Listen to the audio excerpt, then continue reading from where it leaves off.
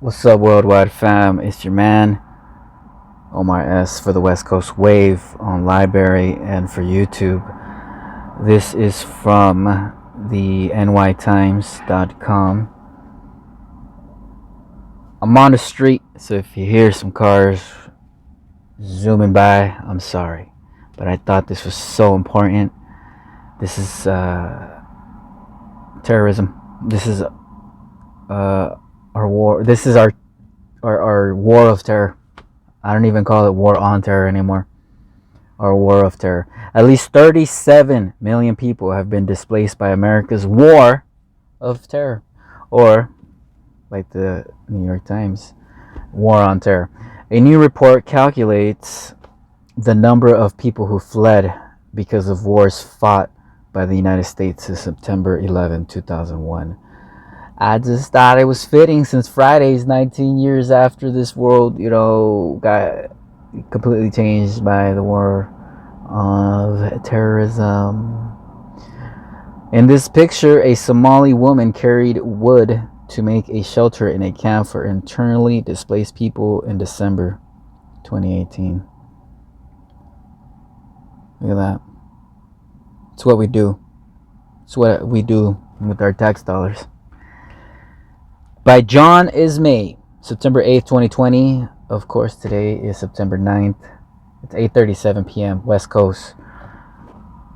At least 37 million people have been displaced as a direct result of the wars fought by the United States since September 11, 2001, according to a new report from Brown University's Cost of War Project. That figure exceeds those displaced by conflict since 1900, the authors say, with the exception of World War II. The findings were published on Tuesday, weeks before the United States enters its 20th year of fighting the war on terror, which began with the invasion of Afghanistan on October 7, 2001. Yet, the report says it is the first time the number of people displaced by the U.S. military involvement during this period has been calculated. These findings come at a time when the United States and other Western countries have become increasingly opposed to welcoming refugees as anti-migrant fears bolster favor for closed border policies. The report accounts for the number of people, mostly civilians, displaced in and from Afghanistan, Iraq, Pakistan, Yemen, Somalia, the Philippines, Libya, and Syria, where fighting has been the most significant, and says the figure is a conservative estimate. The real number may range from 48 million to 59 million. The calculation does not include the millions of other people who have been displaced in countries with smaller U.S. counterterrorism operations, according to the report, including those in Burkina Faso, Cameroon, Central African Republic, Chad, the Democratic Republic of Congo, Mali, and Niger. Let me pause real quick here, reader. Now you see why I call it the war of terror, that we taxpayers fund the military to do. Maybe now you kind of get why I'm very anti-war.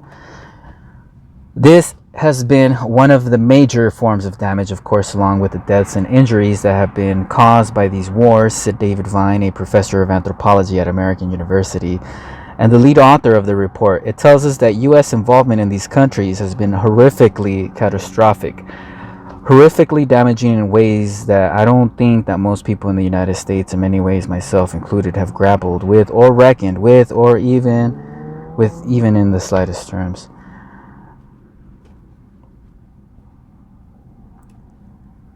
While the United States is not the sole cause for the migration from these countries, the authors say it has played either a dominant or contributing role in these conflicts.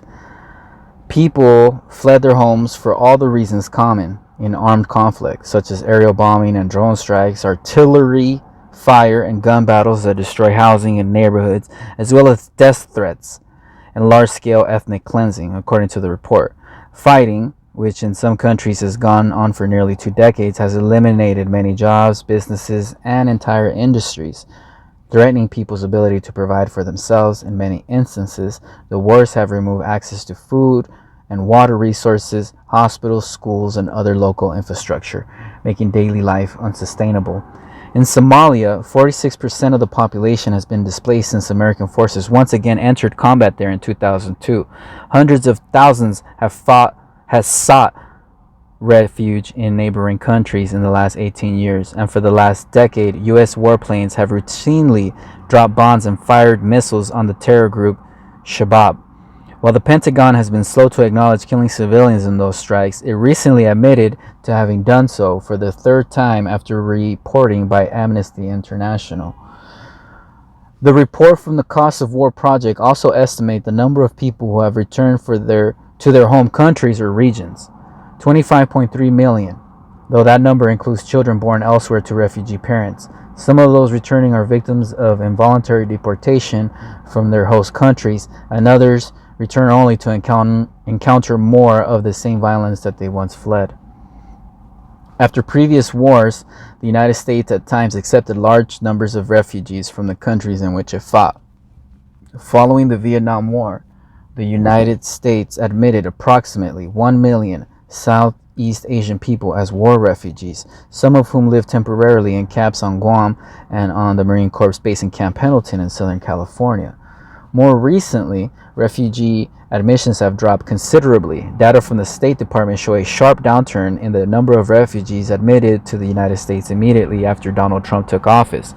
Since January 2017, the United States has admitted just 2,955 Iraqis, a 95% drop, and 2,705 Somalis, a 91% decrease over the same time period at the end of the Obama administration.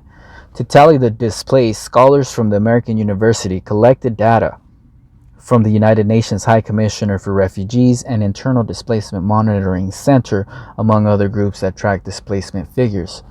Reached for comment, the Pentagon referred queries to the State Department. A representative from the State Department's Bureau of Population, Refugees and Migration said that the Bureau publishes an annual report on refugees and displaced peoples, but that document does not distinguish based on cause of displacement. Vine says that while having these numbers is helpful, it does not offer any insight into what kinds of lives displaced people are living. Every day you live in a refugee camp is a day it's been degraded compared to what it once was, he said. It's another day you're separated from your home and your homeland.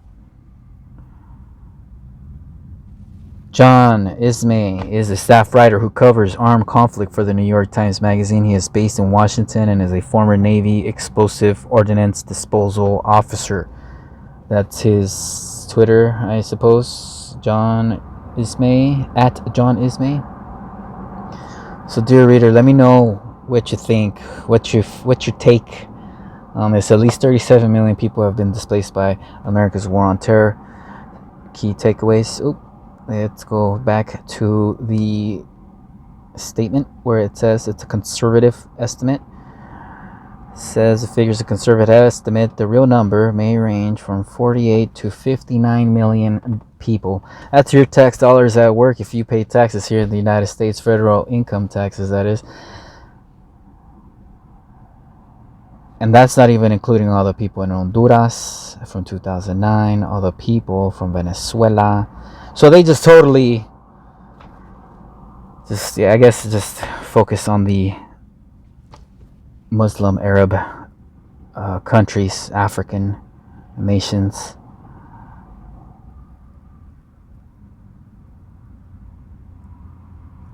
Philippines, even in the Philippines, the Middle East, and this is Africa, Middle East. Thank you again for tuning in, dear reader. I know you probably got a lot of notifications this day from me, but it's a busy news day. More on the way.